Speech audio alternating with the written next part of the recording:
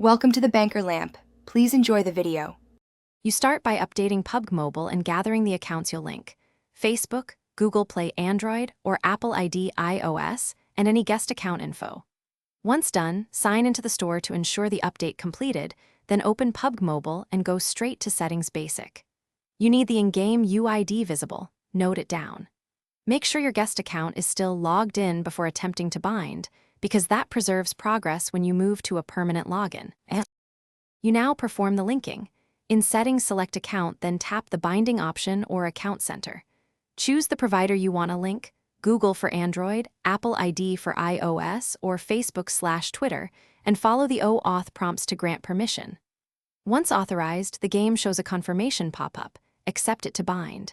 You should see the provider listed under linked accounts and the same UID retained.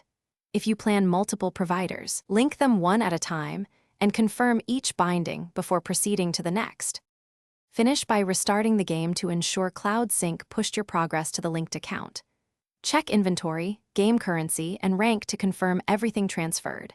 If something goes wrong, reopen the provider app, sign out and back in, then retry binding.